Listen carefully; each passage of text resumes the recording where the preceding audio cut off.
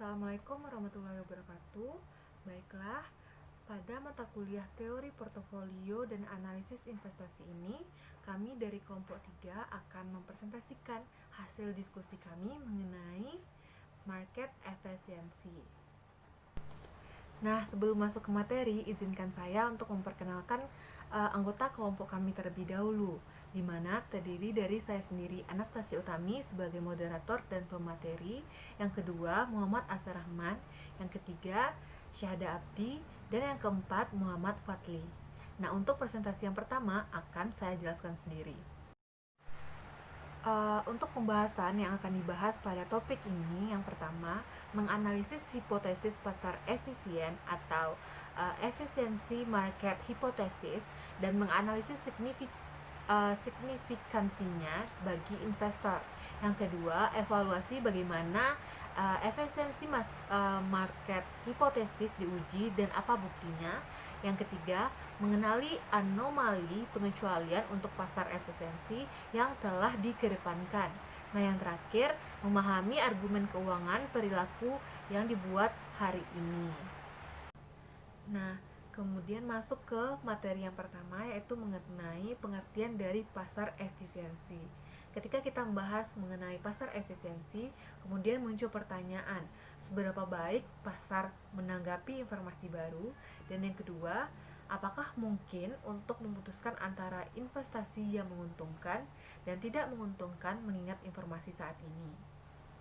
Nah, definisi pasar efisiensi itu sendiri yaitu sebagai pasar di mana harga semua sekuritas dengan cepat dan sepenuhnya mencerminkan semua informasi relevan yang tersedia. Nah, untuk karakteristik pasar efisiensi sendiri tidak jauh dari definisinya. Yang pertama, harga semua sekuritas lancar dan sepenuhnya mencerminkan semua informasi yang tersedia. Dan yang kedua, di pasar yang efisien, harga pasar sekuritas saat ini menggabungkan semua informasi yang relevan. Yang ketiga, pada pasar yang efisien, harga sekuritas mencerminkan informasi yang tersedia sehingga dapat menawarkan pengembalian atau return yang diharapkan konsisten dengan tingkat risiko. Selanjutnya yaitu ketika kita membahas pasar efisiensi atau pasar efisien, itu berkaitan dengan informasi. Nah, informasi merupakan kunci dalam menentukan harga saham, dan oleh karena itu informasi merupakan pokok pembahasan dalam konsep pasar efisien. Nah, harga saham saat ini mencerminkan yang pertama, semua informasi termasuk informasi masa lampau dan informasi saat ini serta kegiatan yang telah diumumkan tapi masih akan datang. Contohnya yaitu stock split. Nah, yang kedua yaitu informasi yang cukup dapat dipercaya. Misalnya, jika banyak investor percaya bahwa Fed atau Bank Sentral Amerika Serikat atau Federal Reserve yang disingkat dengan Fed akan menurunkan suku bunga pada pertemuan minggu depan, harga akan mencerminkan untuk tingkat yang besar. Ini tuh keyakinan ini sebelum peristiwa yang aktual terjadi. Nah, yang selanjutnya yaitu kondisi pasar efisien. Yang pertama, jumlah besar rasional memaksimalkan laba investor. Nah, di sini yang diperhatikan yaitu aktif berpartisipasi dalam pasar dengan menganalisis, menilai, dan perdagangan saham. Yang kedua, individu tidak dapat mempengaruhi harga pasar.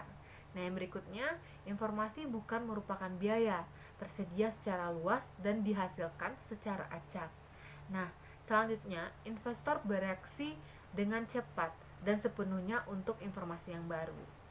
Nah, informasi dihasilkan secara acak sehingga pengumuman pada dasarnya independen satu sama lain. Nah, berikutnya yaitu konsekuensi pasar efisien. Dalam penyesuaian harga lancar dalam menanggapi kedatangan informasi acak memberikan reward untuk analisis yang rendah.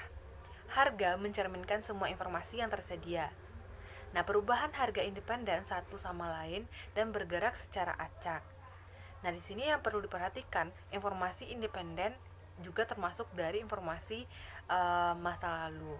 Nah, sekian presentasi dari saya. Kemudian presentasi selanjutnya akan dilanjutkan oleh Abdi. Selanjutnya dia akan melanjutkan pembahasan selanjutnya, yaitu bentuk pasar efisien. Hipotesis dari pasar efisien adalah sejauh mana pasar sekuritas itu lancar dan sepenuhnya mencerminkan seluruh informasi yang tersedia itu berbeda. Dari hipotesis tersebut terdapat 3 tingkatan efisiensi pasar. Pertama, bentuk yang lemah, kedua, bentuk semi kuat, yang ketiga, bentuk yang kuat. Pertama, bentuk yang lemah merupakan tingkat efisiensi pasar yang tradisional yang menggunakan data pasar dalam menilai sekuritas yang merujuk pada data historis atau data masa lalu. Yang kedua, bentuk semi kuat merupakan bagian dari hipotesis pasar efisien yang menyatakan harga mencerminkan seluruh informasi publik yang tersedia. Yang ketiga yaitu bentuk yang kuat, yang mana bagian dari hipotesis pasar efisien yang menyatakan harga mencerminkan seluruh informasi baik itu publik maupun privat. Bukti dari pasar efisien. Ada 2 kunci dalam menguji kebenaran efisiensi 3 tingkatan di atas. Yang pertama itu konsistensi dari pengembalian yang melebihi risiko. Yang kedua yaitu jangka waktu pengembalian yang diperoleh. Pasar efisien secara ekonomi adalah aset memiliki harga sehingga investor tidak dapat memanfaatkan perbedaan apapun sehingga mendapatkan pengembalian yang abnormal. Bukti dari bentuk yang lemah. Uji independensi atau keacekan perubahan harga saham. Jika independen maka tidak ada tren perubahan harga saham. Maka dari itu, dalam menguji bentuk yang lemah diperlukan melibatkan pertanyaan apakah informasi daftar harga masa lalu mencerminkan harga saat ini. Dalam menguji bentuk yang lemah terdapat 2 cara utama, yaitu yang pertama uji statistik independensi perubahan harga saham. Yang kedua yaitu menguji aturan perdagangan yang mencoba menggunakan data harga masa lalu. Baiklah, selanjutnya saya akan menjelaskan mengenai semi-strong from evidence. Yang pertama adalah studi peristiwa atau event studies. Event studies merupakan studi mempelajari reaksi pasar terhadap suatu peristiwa yang diinformasikan ke publik. Reaksi ini dapat dihitung dengan menggunakan abnormal return.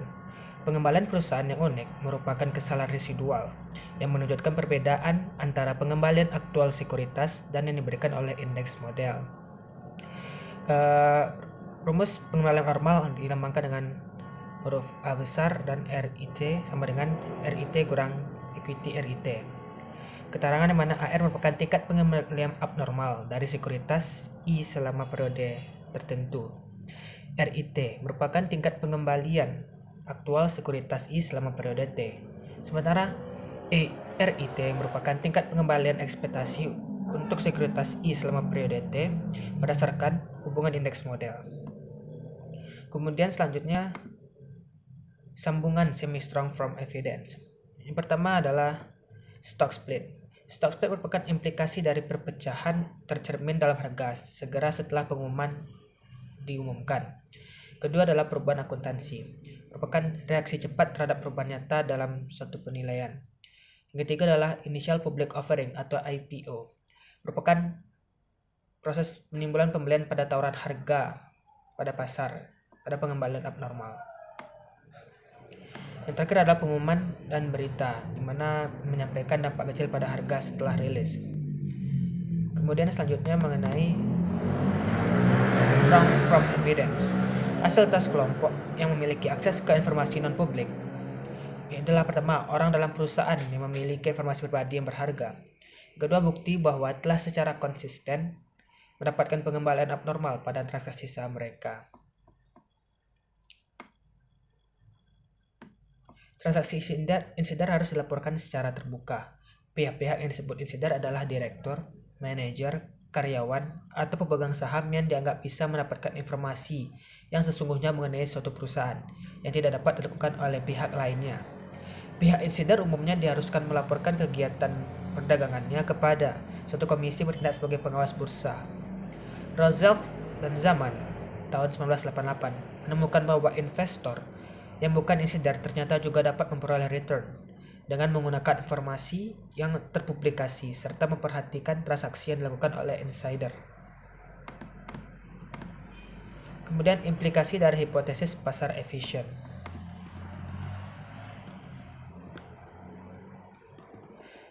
Implikasi hipotesis pasar efisien terhadap investor yang berinvestasi di pasar modal dilihat dari implikasinya terhadap investor yang menerapkan. Yang pertama adalah analisis teknikal. Mereka pada dasarnya percaya bahwa pergerakan harga saham di masa yang akan datang bisa diprediksi dari data pergerakan harga saham di masa lampau. Yang kedua adalah analisis fundamental. Merupakan analisis saham yang dilakukan dengan mengestimasi nilai intrinsik saham berdasarkan informasi fundamental yang telah dipublikasikan perusahaan, seperti laporan keuangan, perubahan dividen, dan lainnya, untuk menentukan keputusan untuk menjual atau membeli satu saham. Sekian dari saya, selanjutnya akan disampaikan oleh rekan saya. Bila terima kasih. Selanjutnya saya akan membacakan materi berikutnya, yaitu implikasi dari hipotesis pasar efisien atau efficient market hypothesis. Implikasi efisien hipotesis pasar. Efisiensi pasar merupakan salah satu topik mendasar yang perlu kita renungi karena berkaitan langsung dengan relevan atau tidaknya kegiatan untuk berusaha memprediksi arah harga. Sebagian besar kalangan akademisi berkeyakinan bahwa pasar saham merupakan pasar yang efisien.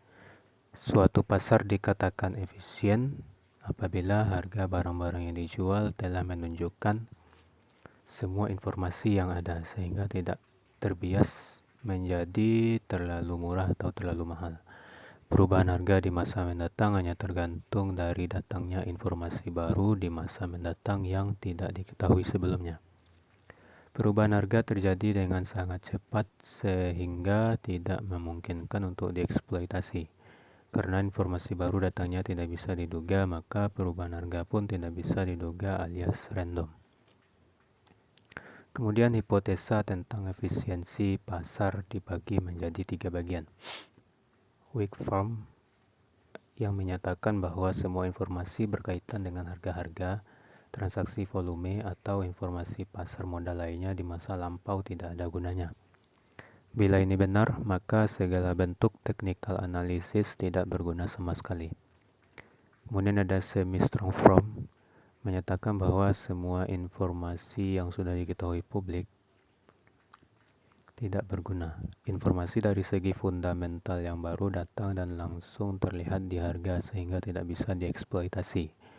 Bila hal ini benar, maka semua bentuk technical analysis dan fundamental analysis tidak bisa memberikan nilai tambah. Kemudian, strong form menyatakan bahwa semua informasi yang ada, baik itu publik atau privat, sudah terlihat di harga saham sehingga tidak lagi bermanfaat.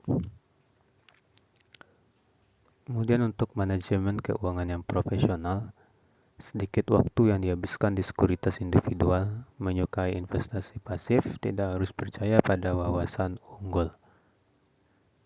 Tugas jika pasar efisien, menjaga diversifikasi secara benar, mencapai dan mempertahankan risiko portfolio yang diinginkan, mengelola beban pajak dan biaya transaksi kontrol.